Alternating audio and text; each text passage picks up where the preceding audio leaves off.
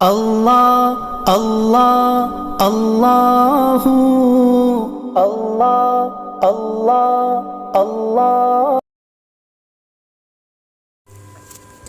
بسم اللہ الرحمن الرحیم، الحمد للہ رب العالمین، والصلاة والسلام علی سید المرسلین وخاتم النبیین محمد وآلہ واصحابہ اجمعین، اما بعد فقد قال النبی صلی اللہ علیہ وسلم: من قام لیلۃ العیدین محتسبا للہ تعالی لم يمت قلبہ یوم تموت القلوب، او کما قال النبی صلی اللہ علیہ وسلم۔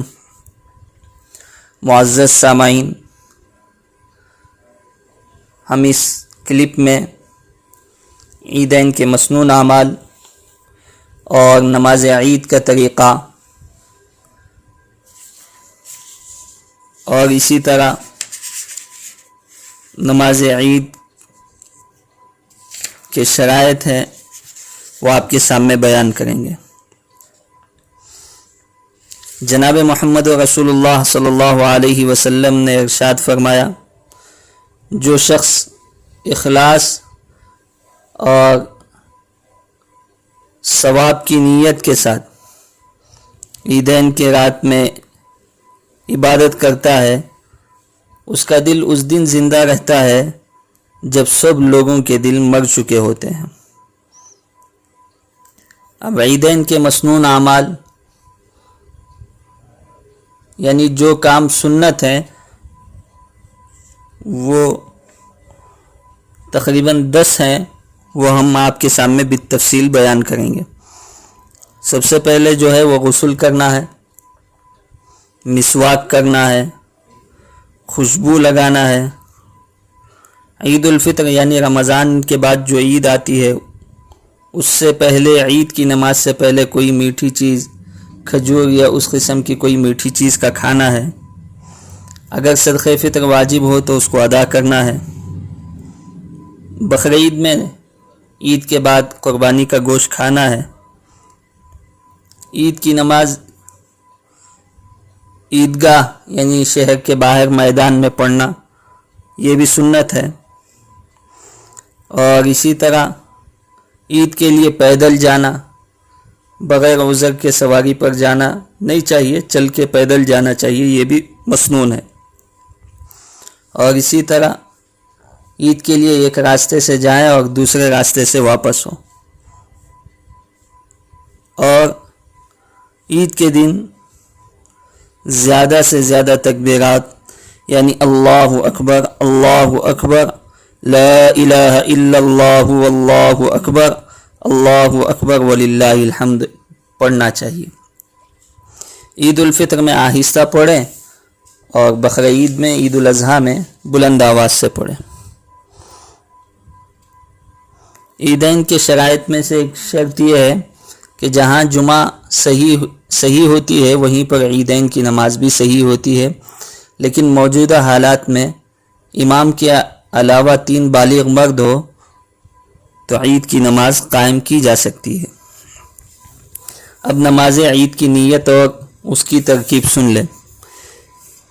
نماز عید کی نیت شروع کرتے وقت دل میں یہ استحضار کر لے، دل میں یہ خیال لا لیں کہ میں 2 رکعت واجب نماز 6 زائد تکبیروں کے ساتھ پڑھتا ہوں واسطے اللہ کے، تابع اس امام کے، منہ میرا کعبہ شریف کی طرف۔ یہ کہہ کر نیت باندھ لیں، زبان سے کہنا ضروری نہیں ہے، دل ہی میں ارادہ کر لے تب بھی کافی ہے۔ یہ کہہ کر اللہ اکبر امام صاحب جب کہیں گے کہہ کر ہاتھ باندھ لیں اور ثنا پڑھیں، جیسے عام نمازوں میں ثنا پڑھی جاتی ہے۔ اس کے بعد آہستہ آہستہ تھوڑے سے فصل یعنی گیپ کے ساتھ 3 تکبیریں امام صاحب کہیں گے۔ پہلی اور دوسری تکبیر میں ہاتھ کانوں تک اٹھائے اور چھوڑ دیں۔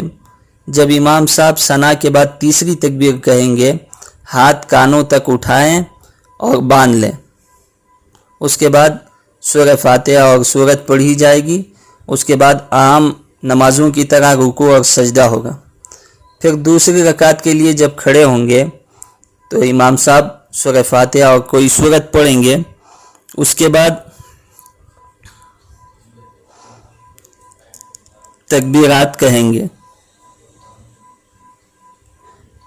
دوسری رکعت میں کل 4 تکبیریں کہیں گے۔ پہلی تکبیر میں ہاتھ اٹھائیں اور چھوڑ دیں، اور دوسری تکبیر جب اللہ اکبر امام صاحب کہیں ہاتھ اٹھائیں اور چھوڑ دیں۔ تیسری مرتبہ جب تکبیر کہیں ہاتھ اٹھائیں اور چھوڑ دیں۔ چوتھی مرتبہ جب امام صاحب تکبیر کہیں تو رکوع میں چلے جائیں بغیر ہاتھ اٹھائے ہوئے، اور باقی نماز ویسی ہی ہے جیسی عام نمازیں ہیں۔ جمعہ میں خطبہ واجب ہے اور عیدین میں خطبہ سنت ہے، اور جمعہ میں نماز سے پہلے خطبہ دیا جاتا ہے اور عیدین میں نماز کے بعد خطبہ دیا جاتا ہے۔ عید کا خطبہ سنت ہے اور جمعہ کا خطبہ واجب ہے۔ جو ہم کو آتا ہے وہ خطبہ ہم مختصر انداز سے دے سکتے ہیں۔ خیال رہے کہ پہلا اور دوسرا خطبہ کر لے۔